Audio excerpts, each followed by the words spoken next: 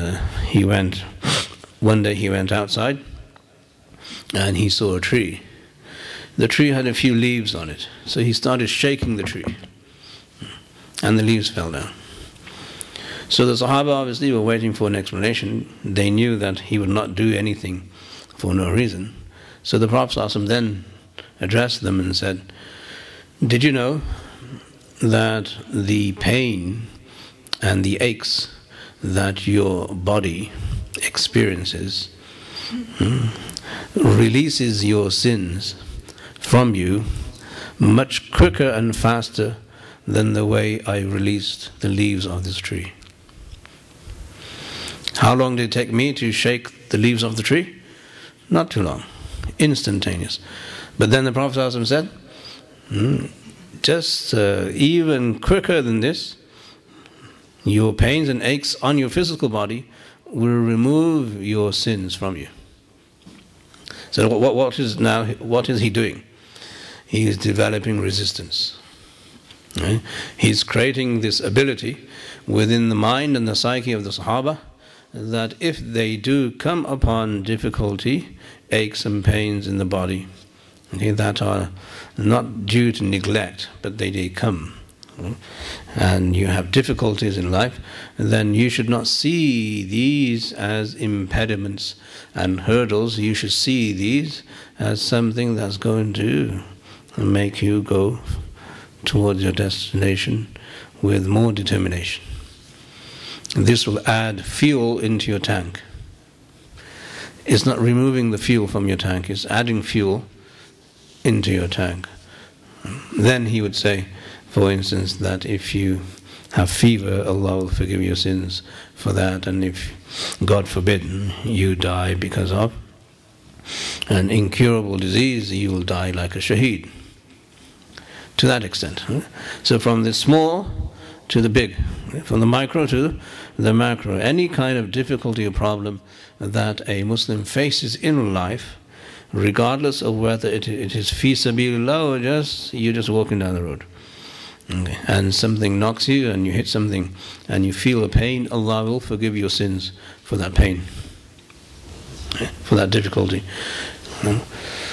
In the hadith, the Prophet ﷺ said that Allah subhanahu wa ta'ala sees that one of his servants, he has a set station, destination he must reach in Jannah. Person A. Person A must reach this place in Jannah. And then the angels look at the person A's life and they look at that place and say, there's no way he's getting there. And he doesn't have enough gas to get to A to B, he never from A to Z. So Allah subhanahu wa ta'ala, what does he do? The Prophet Allah subhanahu wa ta'ala sends upon that person certain difficulties, certain forms of elements of stress and pressure, anxiety.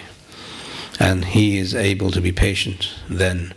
And that patience launches him towards his destination, which is his maqam, his ranking in Jannah. Okay?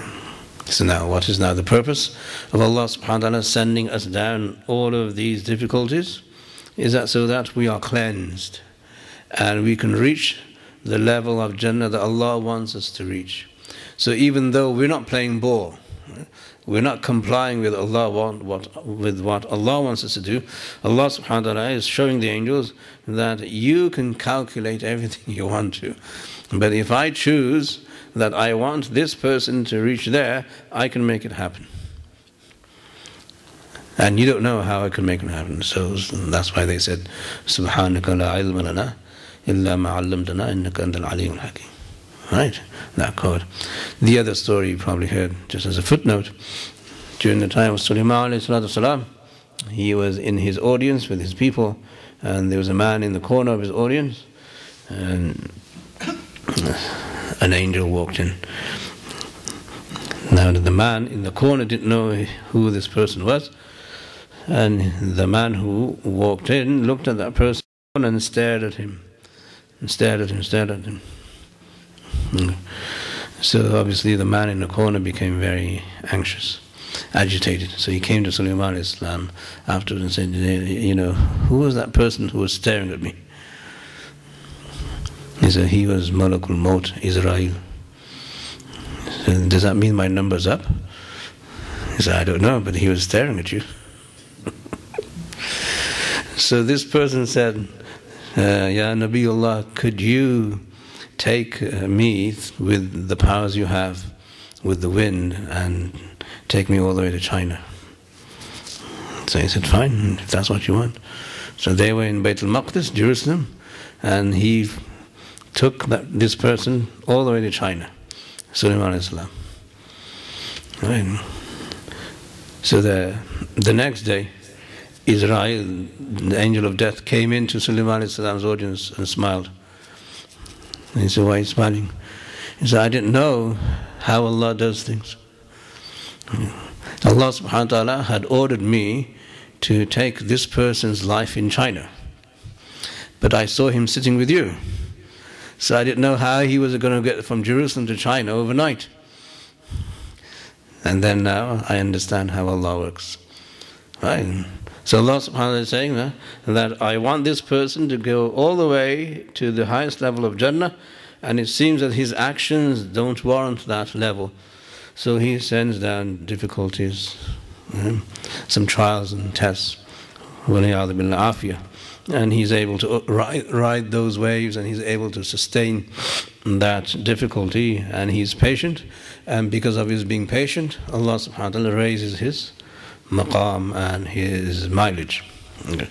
So what we must understand is that we must appreciate why it is we must develop patience and resistance. Patience and resistance is a necessary component in every Muslim's DNA. Sayyidina Abdullah ibn Abbas, Sayyidina Abdullah ibn Mas'ud radiyallahu anhu, a great Sahabi, he used to say that as-sabru nisful iman. As-sabru nisful iman. That sabr is half of iman. Meaning one half is patience and the other half is shukr, which is appreciation, being grateful. They're two sides of the same coin, which is iman. So iman is the coin, one side will be sabr and the other side will be shukr. So when a Muslim realizes that whatever situation is in front of him, as long as he is not guilty of neglect, he should be able to handle it. Any person. Right? Doesn't matter who came in front of you. Like a certain person came to the Prophet ﷺ, who was a non-Muslim, he was a Jew, and he started to ask him questions in a very rude way, very, very impolite way. And the Sahaba were furious, and then all of a sudden he shook off and he jerked off the Prophet's shirt in a very, very harsh way. Then the Sahaba said, enough is enough. But then he stopped. The person who was asking the question, he stopped and said, I testify that you are the Prophet of Allah.